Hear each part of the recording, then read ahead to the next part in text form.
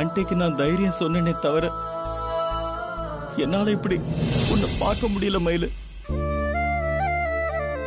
என் மேல இருக்கிற கோவம் எல்லாம் குறைஞ்சு இப்பதான் என்கிட்ட சகஜமா பேசவே ஆரம்பிச்ச. நீ IPS முடிச்சு ஆபீசர் ஆனதும் நான் பண்ண எல்லா தப்பையும் ஆன்ட்டி கிட்ட சொல்லிடணும், உன்னோட சந்தோஷமா வாழணும்னு சொல்லிட்டு நான் எவ்வளவு ஆசைப்பட்டேன் தெரியுமா?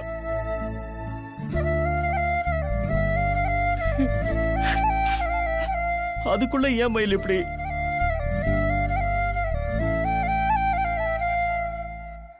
IPS ஆகணும்னு சொல்லிட்டு உனக்கு பெரிய கனவே இருக்கு. ஆனா என்னோட ஆசை ஒன்னே ஒண்ணுதான், நீயும் நானும் ஒண்ணு சேர்ந்து சந்தோஷமா வாழணும். அதுக்காக தான் நான் சொத்து சொந்தம் பந்தம் எல்லாத்தையும் இழந்துட்டு உன் பின்னாடியே சுத்திட்டு இருக்க. அது கண்டிப்பா ஒரு நாள் நடக்குங்கிற நம்பிக்கையில தான் மயிலு நான் வாழ்ந்துகிட்டு இருக்கேன். மயிலு, அந்த நம்பிக்கையை பொய்யாக்கிடாத மயிலு. நீ IPS ஆபீசர் ஆகணும், அந்த வேலையில நீ பெருசா சாதிக்கணும், பேரு புகழ் எல்லாம் வாங்கணும்னு சொல்லிட்டு ஆன்ட்டியும் உன்னை பெருசா நம்பிட்டு இருக்காங்க. அவங்களையும் ஏமாத்திராத மயிலு. உனக்குள்ள இருக்கிற வைராகியமும் போராடுற குணமும் எனக்கு நல்லாவே தெரியும். ஒரு விஷயத்த நீ செய்யணும்னு முடிவு பண்ணிட்டன்னா அதை நீ அடையாம விடவே மாட்ட மயிலு. இப்பவும் அதே மாதிரி போராடு மயிலு. நீ விதியோட போராடுவியா இல்ல அந்த யமனோட போராடுவியான்னு எனக்கு தெரியாது. ஆனா இது எல்லாமே முடிஞ்சிருச்சுன்னு தயவு செஞ்சு நீ முடிவு பண்ணிடாத மயிலு. மயிலு, எனக்காகவும் ஆன்ட்டிக்காகவும் நீ கண்டிப்பா மீண்டும் வந்துதான் ஆகணும் மயிலு. உன்னை இழக்கிறது எங்க வாழ்க்கையே முடிக்கிறதுக்கு சமம். அப்படி ஒரு தண்டனைய எப்பவுமே எங்களுக்கு கொடுத்துடாத மயிலு. ஆன்ட்டிக்கு அவங்களோட பொண்ணும் எனக்கு என் ஒய்ஃபும் திரும்ப வேணும். எத்தனை நாள் ஆனாலும் சரி உனக்காக நாங்க காத்துக்கிட்டே இருப்போம் மயிலு. உன்னை IPS ஆக்கி பார்க்காம அவங்க வாழ்க்கைய முடியாது, உன் கூட சேர்ந்து வாழாம என் வாழ்க்கைய முடியாது.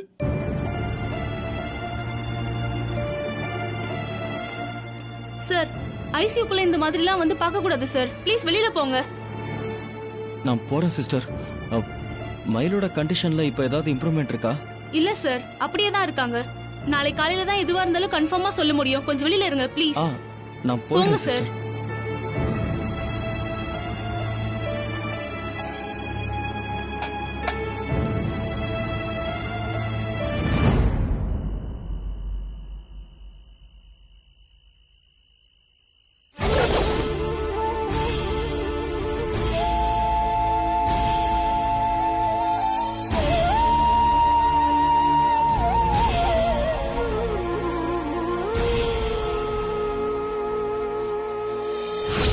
பணம் வாங்கும் போது உங்க கூடவே வந்த உங்க அம்மா கம்ப்ளைண்ட் கொடுக்கும் போது இங்க உங்க கூடவே வந்திருக்கணுமா இல்லையா?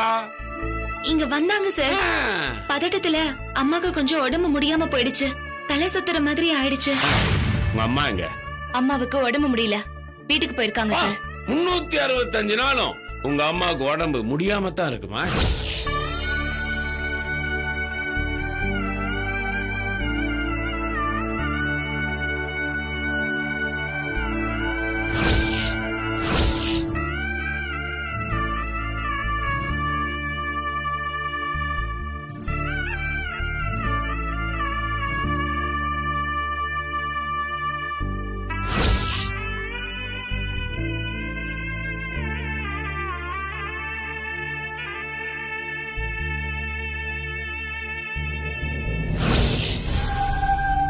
நீ மயிலோட அக்கா மலர் தானே? ஆமா சார். எங்க பையன் வெட்டி ரூம்ல இருக்கானா? இருக்கார் சார், போய் பாருங்க. நகருமா.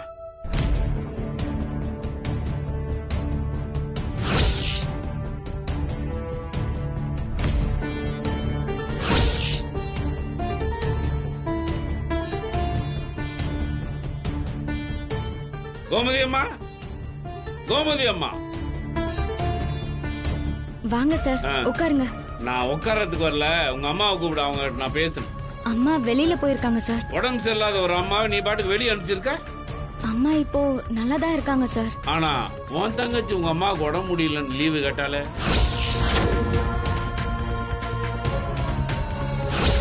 அம்மா எங்கக்கா?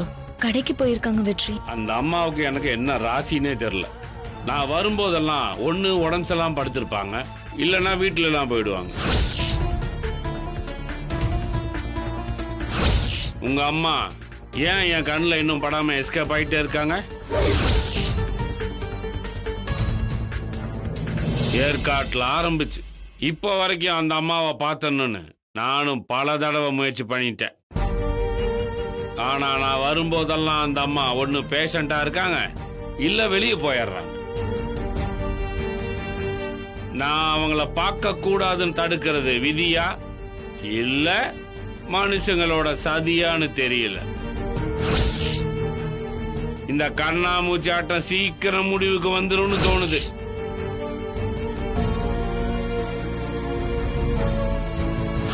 இப்ப எதுக்கு என்ன பார்க்கணும், என் கூட பேசணும்னு துடிக்கிறீங்க?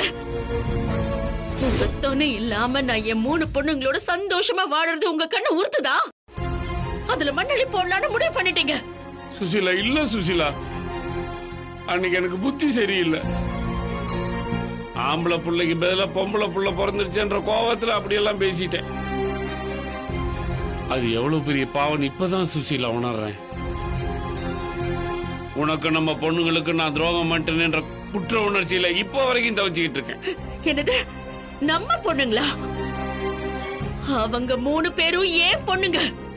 நம்ம பொண்ணுங்கன்னு சொல்ற உரிமையோ தகுதியோ எதுவுமே உனக்கு கிடையாது. உங்ககிட்டயும் என் 3 பொண்ணுங்க கிட்டயும் மன்னிப்பு கேட்கணும்னு என் மனசு துடிச்சுக்கிட்டே இருக்கு. ஒரே ஒரு தடவை உங்களை எல்லாரையும் பார்த்து மன்னிப்பு கேட்டாதான் என் மனசு ஆறும். அதுக்காக தயவு செஞ்சு எனக்கு அனுமதி கூட. முடியாது.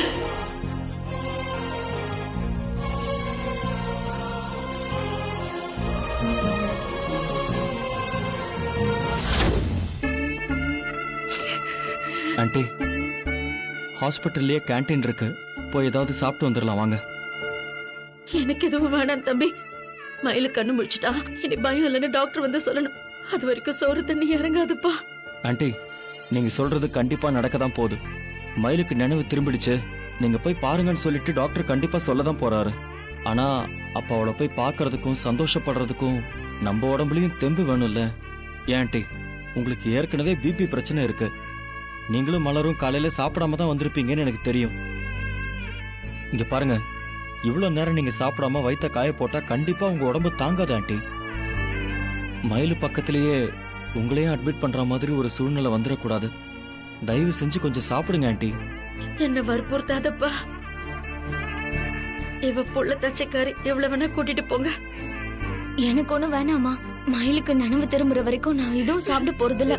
மலர், நீங்களாவது கொஞ்சம் பிராக்டிக்கலா யோசிக்க மாட்டீங்களா? உங்களுக்காக இல்லைனாலும் உங்க வயித்துல வளர்ற குழந்தைக்காகவாவது நீங்க ஏதாவது கொஞ்சம் சாப்பிட்டு தானே ஆகணும்.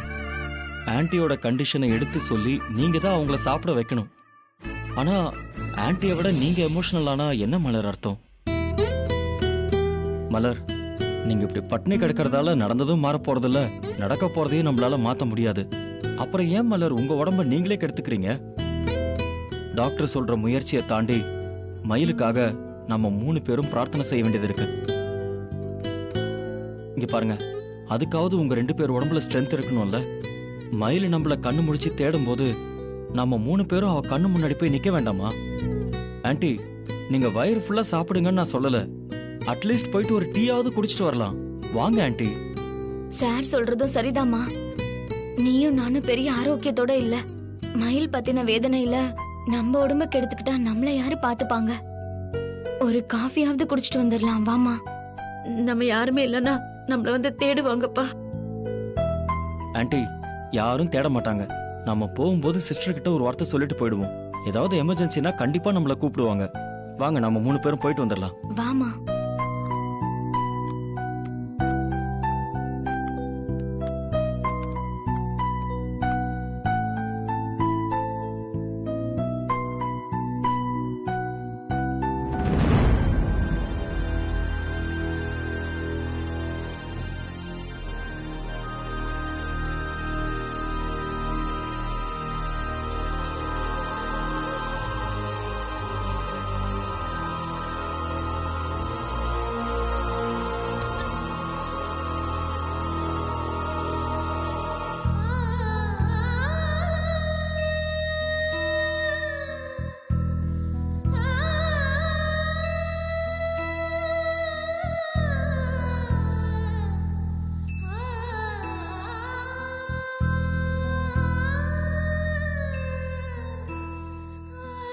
மயிலு,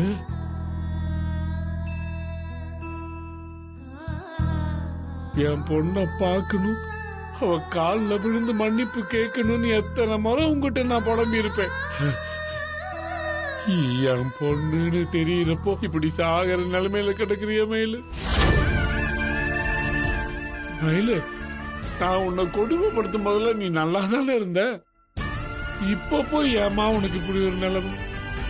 கடைசி வரைக்கும் அப்பனும் பொண்ணுமா நாம பாத்துடவே கூடாதுன்னு, இந்த அப்பனை மன்னிச்சிடவே கூடாது நீ முடிவு பண்ணிட்டியாமா?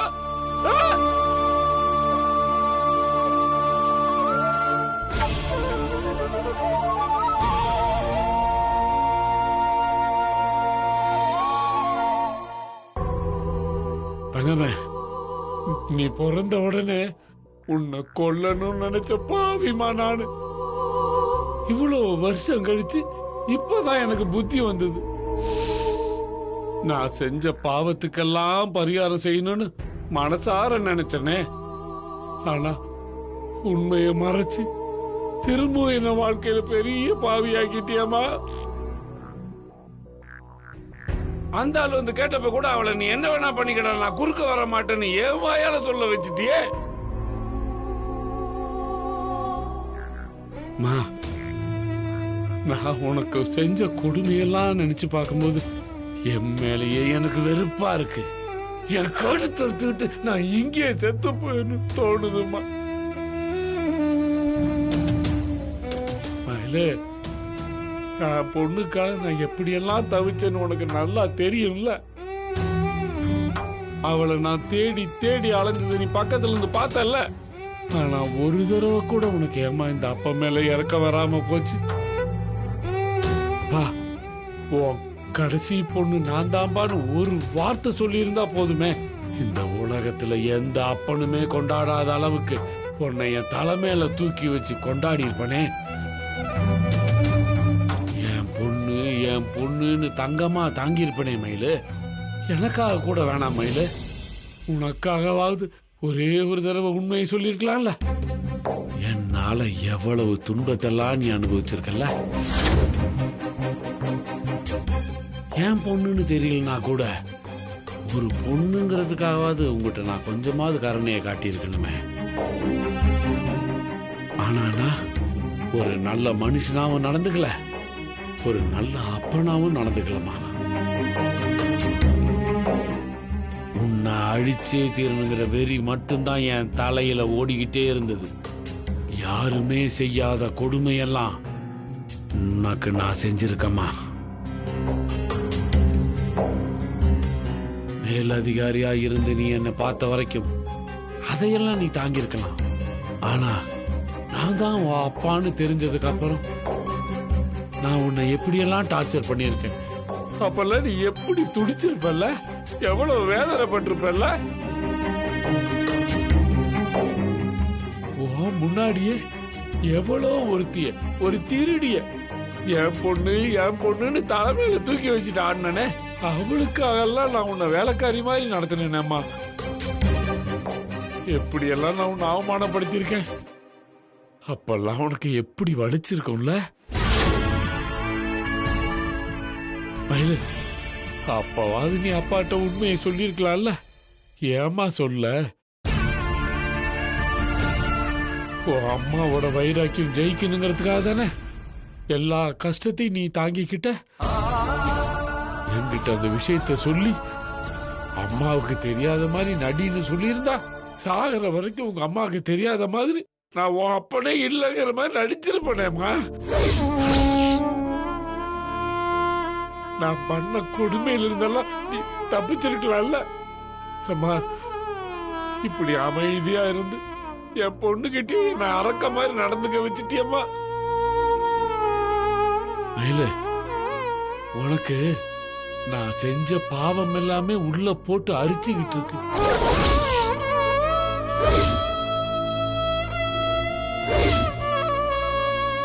இன்னும் மேல மேல பாவத்தை பண்ணி நான் வாழ்றதுக்கே அர்த்தம் இல்லாம பண்ணிட்டியம்மா. மயிலு, தயவு செஞ்சு என்ன மன்னிச்சிருமா.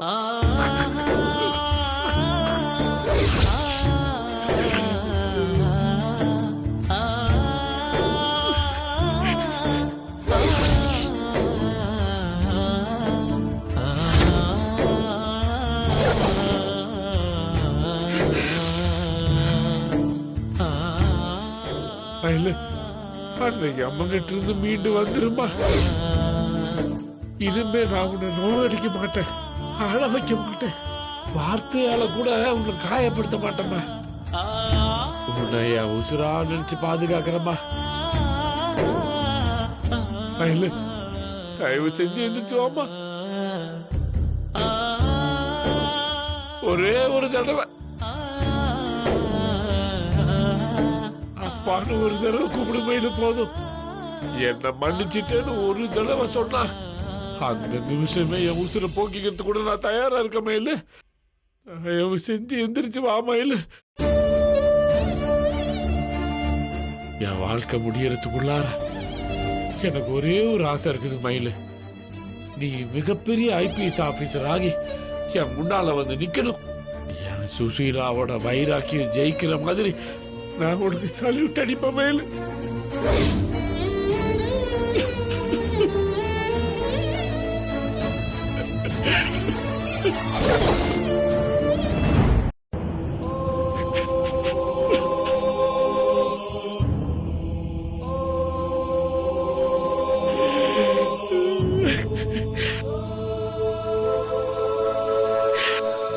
என் பொண்ணோட கனவை இதுவரைக்கும் நான் எதுவுமே நிறைவேற்றல, நினைச்சு கூட பார்த்ததில்ல. இந்த ஆசையை நிறைவேற்றுறதுக்காவது தயவு செஞ்சு இந்த அப்பனுக்கு ஒரு வாய்ப்பு கொடுமா. இல்ல, நான் ஒரு நல்ல அப்பனாவே இருந்திருந்தா கூட நீ இந்த அளவுக்கு சாதிச்சிருக்க மாட்டேன். நீயும் சுசீலாவும் என்னை எதிரியாவே நினைச்சிட்டு இருந்ததுனாலதான் இவ்வளவு வைராக்கியத்தோட வாழ்ந்துட்டு இருக்கிறீங்க. உண்மையை சொல்லி நான் உங்களை தோக்கடிக்கிறத விட உன் எதிரியாவே இருந்து நான் உங்க ரெண்டு பேத்தையும் ஜெயிக்க வைக்கிறேன். எனக்கு இந்த உண்மை தெரிகின்ற விஷயத்த இந்த உலகத்துல என் இதயத்தை தவிர வேற யாருக்கு நான் சொல்ல மாட்டேன். இது உன் மேல சத்தியம். எப்பவும் மத்தவங்க முன்னால நான் உன்னை எதிரியா தான் நடத்துவேன். அப்பதான் நீ வெறியோட போராடி ஐபிஎஸ் ஆவ. நானும் உனக்கு சந்தோஷமாவும் பெருமையாவும் சல்யூட் அடிப்பேன் மயிலு. மயிலு, இவ்வளவு நாள் எப்படி நீ தெரிஞ்சுக்கிட்டும் தெரியாத மாதிரி நடிச்சியோ, இனிமேல் நானும் உன்னை தெரியாத மாதிரியே நடிக்க போறேன். உன் கனவு நிறைவேற வரைக்கும் இந்த வேஷத்தை நான் கலைக்கவே மாட்டேன். கலைக்கவே மாட்டேம்மா.